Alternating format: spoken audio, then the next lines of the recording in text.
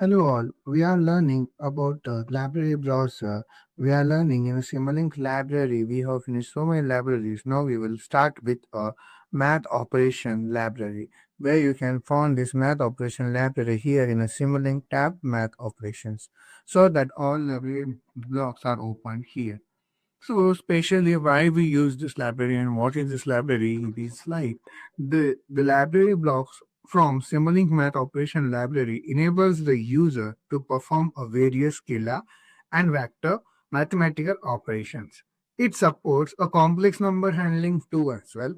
Okay, the library is divided into a three subtopics, mostly the maths operation, vectors and matrix operation, and complex vector operation. So here you can see this library is divided into three variants. First is math operation, vector and matrix operation, and that last one is complex conversion. Okay, here you can see the complex vector conversions. Okay, it is divided into three parts, this library. Okay, so what is it? True, it is a name of that maths operation. Library provides access to the library blocks that supports a different mathematical operations. These are the library blocks, some of which widely used, where a few others are used for a specific purpose based on the requirement and all these things. So we already studied about so many things like mathematical, basic parts of the Simulink when we started. So I think everybody is familiar with add block, subtract block, like some of the element, bias, and all these things, product, divide, and gain, and all these things. I'll take one by one some small examples for you if you want as well, or like if you want to want something else for that, then we will do that as well. If we have already implemented one project using some basic blocks, okay. So I add is used for addition of two numbers. We can edit this block with various way how we can want. If we want to this block make it subtract block, we can double click on it. We can change the sign from here and we can use this block for subtraction as well. Okay. So this is about the add block. If you want to see the output of this, I'll make it the connected here and add the display here. We can see the addition of this 1 plus 1 is 2. Everyone we know the output. Okay. Just for reference, I have created. Okay. So what are the next step? And gain and slider gain and all these things. So using these blocks, the user can multiply the input signal with the constant gain. The input signal can be any type. The input slider gain user can choose any gain value between a specified minimum and maximum values limits. So these all we can see. And now I'll create one example in front of you. Okay. So if you are coming here, we have addition of phone number. I'll add one gain. GAIN. Okay. Huh.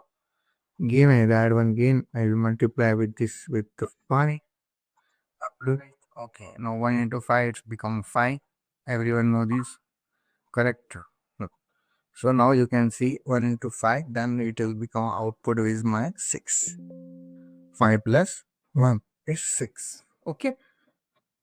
So we can use gain as well if we want to do some product. Then we add. So next blocks are like product divide and the product of element and dot product and all these things. Okay. So then you can see in this library product to divide product of the element dot product and all these things. So how we can use these blocks as well. So I will add in this example only product. Product. Okay. I will add here. I'll delete this. I'll take two inputs here for the product. I'll multiply with 1 only simply. I will make it this is also 5. So 1 into fact this gain is also multiplying, this product is also multiplying. So same work will be done by with different blocks also. So you can see my output will be 10. Fine. So there are a few more blocks if maths operations. If I'm coming here that like absolute value and math function, rounding function, polynomial, min max range, and also square root. So many blocks are here. So then if we can see the sign and absolute and unary minus, these are the output of the sign block is plus 1.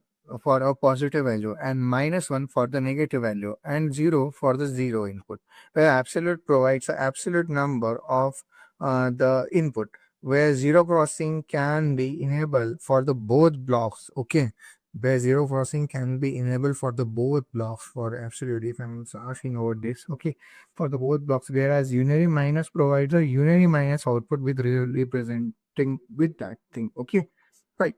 So here we can see some value of absolute. Yes, if I'm using here. Okay, if I am connecting one constant and I'm giving the value to the yes, go apply and okay. I'm selecting one to solution. So what's my output? +4. What absolute does? That's it will plus whatever inside it that may be negative as well, but the output will become a positive itself. That's the absolute. These are some basic mathematical operations where everyone knows all about this thing. Okay. So another one is like this math function block we can see. Okay. Math function. Okay. Here, if I'll be having some same inputs, okay, I'll take this. Okay, so if I'll connect this here only, okay, take one more display, adding with this. Okay. Now, in this math function block, we have various operations. If I want a power of -4, if I want a square of -4, okay, I'll make it that to the square, apply, okay. Now it's become a u square. What is -4? -4 into -4 plus 16 itself, okay. It's becoming that way. If you want like power also, like if you want to do power of something, so -4 key power, we can make it to the 3. So what will happen? -4 key power 3. So now the answer will be minus, but it is extending to 4, -64. If I am taking it to the plus and it is becoming a same u square itself, then it is 60 plus 16. If I am making it to the 5, apply, okay. Now everyone know the minus into minus plus. But if we are having 3 minus sign, means odd number of minus sign, then output will be minus. Okay. So there will be functions here as a power or reciprocal if we want. That also we can see here if you want something, or like if you want some uh, 2 key power u, or we want some exponential, or we want something. So whatever we want, like modulus operation also, we know that mod means that the remainder what we can do, we can just simulate this as well. We can see what we will get. So we will get 1 only. It's a, because the remainder is 1 here. So there are so many things we can perform mathematical operation using this math function library. And if we want to perform some complex factor operations, that we can perform with this vector matrix operation and complex vector convergence using these blocks. Okay. So that's all about the math function block. Thank you.